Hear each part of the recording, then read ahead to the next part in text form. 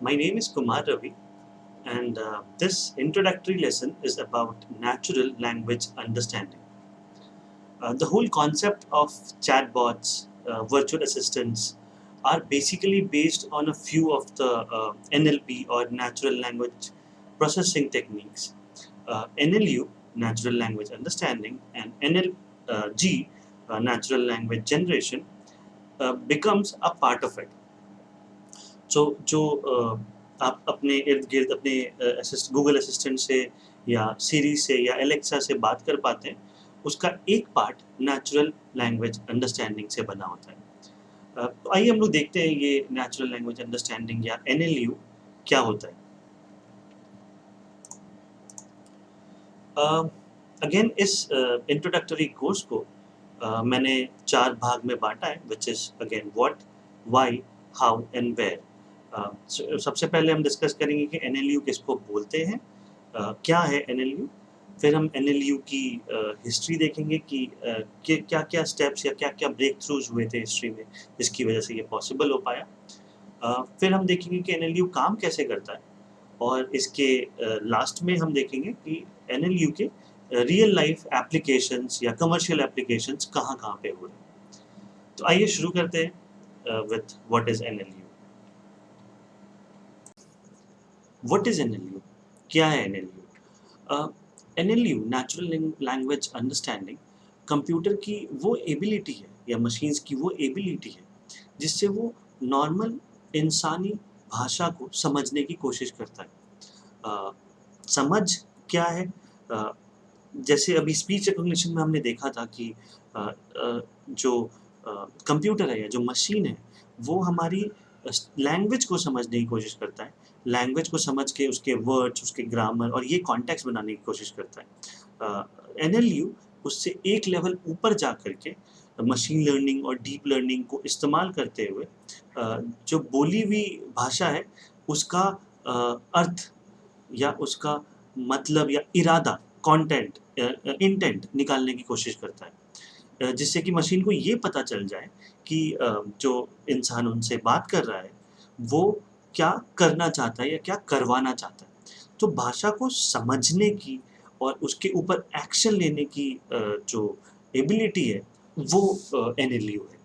अ, आपने कई सारे बिजनेस एप्लीकेशंस भी देखे होंगे जिसमें जैसे आपका गूगल असिस्टेंट, सिरी, एलेक्सा, जिसमें आप उसको अगर कुछ बोलते हैं कि ओके गूगल, आप भारत का प्रधानमंत्री कौन है या भारत का राष्ट्रपति कौन है, तो वो इस भाषा को सिर्फ लिखता नहीं है, वो इस चीज़ को समझ करके आपको जवाब भी देता है। तो जो फर्स्ट पार्ट है जहाँ वो इस चीज़ को समझता है उसको एनएलयू बोलते हैं, और जो सेकंड पार्ट है जहाँ पे उस चीज़ को समझ के जवाब देता है उसको एनएलजी बोलते हैं, नेचुरल लैंग्वेज जनरेशन, जो हम अगले सेशन में देखेंगे, अगले कुछ सेशनों में देखेंगे। सो अभी हमने एनएलयू के बारे में तो समझ लिया कि क्या है। अब हम इसकी हिस्ट्री के बारे में देखते हैं कि एनएलयू कैसे बना, कहाँ से निकल कर आया, और क्या था हिस्ट्री में। आइए अब हम जानते हैं एनएलयू की हिस्ट्री के बारे में। नेचुरल लैंग्वेज अंडरस्टैंडिंग, एनएलयू पे रिसर्च काफ़ी पुराना टाइम से चलता आ रहा है। 1964 में डैनियल बॉब्रो ने एक अपने पीएचडी डिसर्टेशन में एक स्टूडेंट नाम का एक प्रोग्राम बनाया था जो कि one of the most earliest known attempt है नेचुरल लैंग्वेज अंडरस्टैंडिंग के लिए। ऑल्दो ये काफ़ी प्रिमिटिव था और ज़्यादा भाषा को नहीं समझ पाता था, बट ये एक तरह का शुरुआत एक तरह की शुरुआत थी एनएलयू को लेकर के। अब एक साल बाद 1965 में एमआईटी में ही जोसेफ विजनबॉम ने एलिजा नाम का एक रोबोट लिखा था, जो कि लैंग्वेज को थोड़ा बेटर समझ पाता था क्योंकि ये कीवर्ड्स को कैंड फ्रेजेस में सब्स्टिट्यूट करके और इस तरह की नई टेक्निक्स लगा करके और ज़्यादा वर्ड्स को समझ पाता था। Eliza basically as a toy project काफ़ी फेमस हो गया था। So and also it is considered as since it got quite famous in the literary world or the research world, that it is said that ELIZA became the precursor of natural language understanding uh, in the history of natural language understanding. फिर 1971 में टेरी विनोग्रेड ने अपने PhD thesis में ऐसे 4 DLU नाम से एक bot बनाया था, जो कि सिंपल इंग्लिश सेंटेंसेस को समझ पाता था, और एक रोबोटिक आर्म को, रोबोट के हाथ को चला पाता था। तो ये जो प्रोजेक्ट था, इट वाज क्वाइट फेमस, और इसकी वजह से जो it's a very interesting fact कि जो ये टेरी विनोग्रेड है, इनको गूगल के को फाउंडर लैरी पेज का एडवाइज़र बनाया गया था शुरुआत में। So you can understand the gravity of his PhD thesis, where he made this SHRDLU, where he was able to move a robotic arm by writing certain sentences and using NLU to understand those sentences. उसके बाद काफ़ी research चलती ही रही है, और हर साल दर साल इसमें ब्रेक थ्रू आता रहा है। अभी आप देख ही रहे हैं कि जो हमारा NLU का जो प्रोसेस है वो कितना एडवांस हो चुका है, और वर्चुअल असिस्टेंट जैसे मैंने आपको शुरुआत में भी बताया, लाइक गूगल, सिरी, एलेक्सा ने NLU को बिल्कुल ही नेक्स्ट लेवल पे लेकर चले जा चुके हैं। अभी हम टीवी देख पाते हैं, अभी हम वॉइस कमांड्स के थ्रू, अभी हम फ़ोन कॉल कर लेते हैं, अभी हम कार स्टार्ट कर लेते हैं। वर्चुअल असिस्टेंट्स की वजह से और NLU की वजह से हम इन चीज़ों को कर पाने में अभी के लिए सक्षम हैं। तो हिस्ट्री तो आपने देख ली, अब हम समझते हैं कि NLU एक्चुअली में काम कैसे करता है, अगली स्लाइड में। हाउ NLU वर्क्स, आइए हम देखते हैं अब NLU काम कैसे करता है। NLU बेसिकली कुछ प्रोसेसेस के होने के बाद एक्शन में आता है, और फाइनली अपने आउटपुट को एक फर्दर एक्शन होने के लिए रेडी करता है, कंटेंट, कॉन्टेक्स्ट और इंटेंट के साथ। अगर हम इस डायग्राम को देखें तो जैसा हमने स्पीच रिकॉग्निशन में देखा था, एक रॉ स्पीच इनपुट माइक द्वारा कंप्यूटर रिसीव करता है, फिर स्पीच रिकॉग्निशन यूज़ करते हुए उसको वर्ड के सीक्वेंसेस में तोड़ा जाता है, और थोड़ी सिंटैक्टिकल एनालिसिस करने के बाद उसको जो भी जिस भी लैंग्वेज में NLU सेटअप है, उस लैंग्वेज के ग्रामर से मैच करा करके रेडी किया जाता है। यहाँ तक आप देखेंगे कि स्पीच रिकॉग्निशन की टेक्नोलॉजीज़ या मेथड्स यूज हो रहे थे, जिसमें वर्ड्स पहचानने तक की ही बात है, उससे ज़्यादा स्पीच रिकॉग्निशन नहीं करता। एक बार हमने वर्ड्स पहचान लिए, तो अब आता है समय उसके मतलब को समझने का। तो आप देख पाएंगे कि यहाँ पे एक नेक्स्ट स्टेप है, जिसमें सिमेंटिक एनालिसिस होती है वर्ड्स की, और उस एनालिसिस में थोड़ी बहुत मतलब समझ में आता है। उसके बाद उस पर्टिकुलर सेंटेंस का जो मशीन है वो कॉन्टेक्स्ट समझने लगती है। कॉन्टेक्स्ट का मतलब कि किस बारे में बात हो रही है, किस चीज़ के बारे में बात हो रही है, और मतलब क्या है जो बोला जा रहा है। फिर प्रैग्मेटिक एनालिसिस होती है, प्रैग्मेटिक एनालिसिस क्या करता है कि वो उस पूरे जो अभी हमने सिमेंटिक एनालिसिस करके थोड़े बहुत मतलब समझने की कोशिश की थी, वो प्रैग्मेटिक एनालिसिस एक ऐसी एनालिसिस है जिसमें हम जो स्पोकन सेंटेंस है उसका कॉन्टेक्स्ट समझने की कोशिश करते हैं। कॉन्टेक्स्ट एग्जैक्टली क्या है?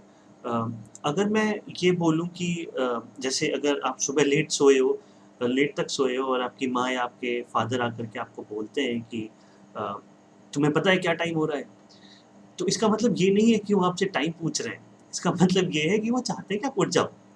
सो जो प्रैग्मेटिक एनालिसिस है वो इस कॉन्टेक्स्ट को बाहर लेकर आने की कोशिश करता है एक स्पोकन सेंटेंस से। इसमें डीप लर्निंग का इस्तेमाल किया जाता है, इसमें इमोशनल मॉडलिंग का इस्तेमाल किया जाता है, इसमें बहुत सारे डीप लर्निंग मेथड्स का यूज़ करके इस एनालिसिस को किया जाता है। तो जब ये प्रैग्मेटिक एनालिसिस कंप्लीट होती है, तब जा कर के हमारा एक एनएलयू का साइकिल कंप्लीट होता है। इसको भी थोड़े से और आसान से एग्जाम्पल में देखते हैं। जैसे मैं ये कहना चाहता हूँ कि I want to access machine 1 2 3 in staging, for example. अगर कोई डेवलपर ये बात कहता है अ, तो जो एनएलयू है वो इसको कैसे तोड़ेगा? इसको पहले इंटेंट में कन्वर्ट करेगा। इंटेंट क्या है कि आप एक रिक्वेस्ट कर रहे हो मशीन से, और उसको रिप्लाई में आपको एक्सेस देना है किसी चीज़ का। एंटिटीज़ क्या है? मुझे किसी सर्वर में जाना है, और एनवायरनमेंट स्टेजिंग है। अ, ये तो चलिए थोड़ा टेक्निकल कॉन्सेप्ट हो गया। हम लोग नेक्स्ट कॉन्टेक्स्ट देखते हैं। ये जो नेक्स्ट वाला है, I am requesting a week of starting next Monday. अगर एनएलयू के थ्रू ये सेंटेंस पास होता है, तो टिपिकली एनएलयू इसको इंटेंट, जो कि एक रिक्वेस्ट के रूप में लेगा, which is leave of absence, आप छुट्टी लेना चाहते हो। एंटिटीज़ क्या होंगी? डेट्स।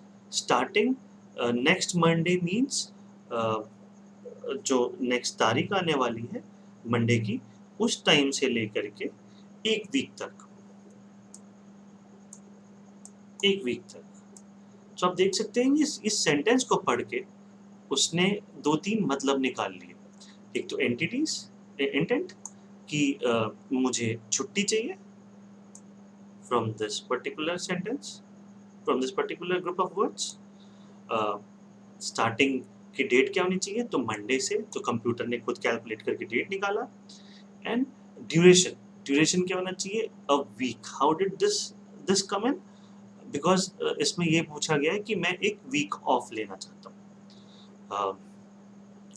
सिमिलरली अगर मैं दूसरे में देखूं कि please have my monitor delivered to my desk ASAP, which means ये अगेन एक सर्विस रिक्वेस्ट है कि मुझे मॉनिटर चाहिए। एंटिटीज क्या है? एक हार्डवेयर है जिसका नाम मॉनिटर है, मतलब जिसको मॉनिटर बोलते हैं। और एएसएपी मतलब एज सून एज पॉसिबल। इसका मतलब रिक्वेस्ट वर्क करने वाले का अर्जेंसी ज़्यादा है, सो urgency is high.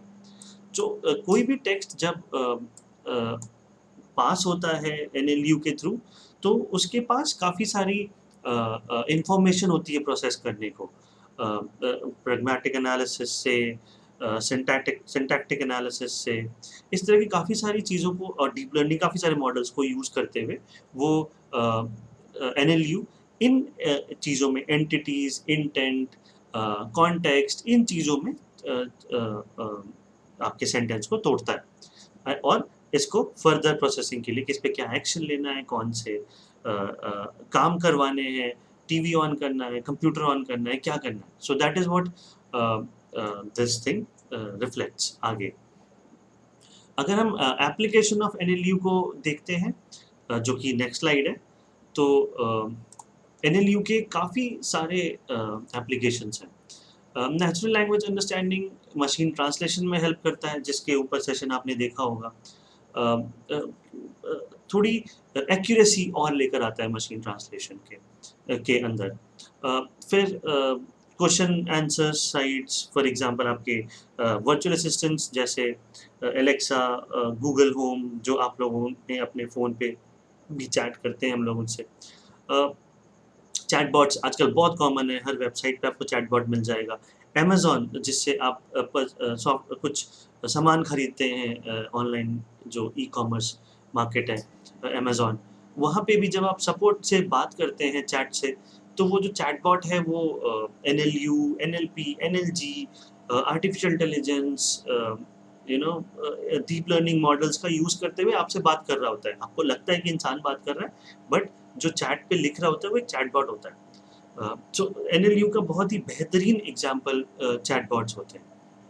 Again customer support similar as chatbot, sentiment analysis, आपने देखा होगा आजकल इलेक्शंस में काफ़ी यूज़ होता है। आजकल अमेज़न जो परचेजिंग वेबसाइट है उसके जो रिव्यूज़ आते हैं उसमें सेंटिमेंट एनालिसिस बहुत यूज़ होता है। जनता का रुख किस तरफ जा रहा है, जैसे पॉलिटिक्स में और इलेक्शन में मैंने आपको बताया। फेसबुक पे कोई क्या लिख रहा है, उसके मन में कैसी चीज़ें चल रही हैं। तो सेंटिमेंट एनालिसिस आपके शब्दों को, आपके वाक्यों को पढ़ के, आपके टोन को, वॉइस के टोन को समझ के एनएलयू की हेल्प लेकर के एनालाइज किया जाता है कि आप दुखी हो, आप खुश हो, आप एक्साइटेड हो, आप गुस्से में हो। ये सारी चीज़ें सेंटिमेंट एनालिसिस के लिए होता है। इसका इस्तेमाल कहाँ है? जैसे अगर सरकार से जनता गुस्से में है या सरकार से जनता खुश है, तो सरकार अपने हिसाब से डिसीजंस और जनता को और खुश रखने के ले सकती है। सिमिलरली अगर किसी प्रोडक्ट से जो कि अमेज़न पे बिक रहा है या फ्लिपकार्ट पे बिक रहा है, उससे उसके बायर्स खुश हैं या खुश नहीं हैं, तो उस प्रोडक्ट में इस्तेमाल और उस प्रोडक्ट को और भी अच्छा बेहतर बनाने की कोशिश की जा सकती है। तो सेंटिमेंट एनालिसिस काफ़ी वर्सेटाइल टूल है जो आजकल यूज़ किया जा रहा है बिज़नेसेस में काफ़ी ज़्यादा। ऑटोमेटिक समराइज़ेशन, अब ये काफ़ी इम्पोर्टेंट एस्पेक्ट है जो कि एनएलयू के हेल्प से किया जा रहा है आजकल। अ, कई बार ऐसा होता है कि रिसर्च या कुछ बुक्स काफ़ी बड़े होते हैं और उसको छोटे कम शब्दों में समझाना या फिर कुछ बड़े आर्टिकल है उसको समराइज़ करके छोटे शब्दों में समझाना, कम वाक्यों में समझाना एक बड़ा टास्क होता है। आपको पूरा पढ़ना पड़ता है, समझना पड़ता है, कॉम्प्रिहेंड करना पड़ता है और फिर उसको छोटे सेंटेंसेस में समझाना होता है। तो ऑटोमेटिक समराइज़ेशन एनएलयू का और एनएलजी का यूज़ करते हुए एक एक समरी बना देता है एक पूरे बुक की, एक छोटे से जर्नल की, एक बड़े से जर्नल की, आर्टिकल्स की ऑनलाइन, एक समरी बना देता है जिसको कि कोई भी इंसान पढ़ के समझ सकता है कि उस किताब में क्या होने वाला है या उस जर्नल में या आर्टिकल में क्या होने वाला है। Advance spell and grammar checking, आजकल आप देख ही रहे होंगे वेबसाइट्स कितनी सारी है जैसे ग्रामरली, जैसे काफ़ी सारी चीज़ें हैं जो कि जो कि स्पेल चेकिंग और ग्रामर चेकिंग में आपकी काफ़ी ज़्यादा हेल्प करती है। पहले स्पेल चेक वर्ड बेसिस पे होता था, आजकल पूरे सेंटेंस को समझकर, कॉन्टेक्स्ट को समझकर ग्रामर और स्पेल चेकिंग की हेल्प इंसानों की हेल्प की जाती है जब आप वो डॉक्यूमेंट लिखते हैं तो। एनएलयू इतना ही है। ये इंट्रोडक्टरी सेशन था, तो इसीलिए जो भी हमने बताया आपको या बताने की कोशिश करी वो काफ़ी ऊपर-ऊपर से था। इस एनएलयू को और समझने के लिए या और डीप में जाने के लिए इस पे स्पेशलाइज़्ड कोर्सेज़ आती हैं, वो हमें करनी पड़ती है।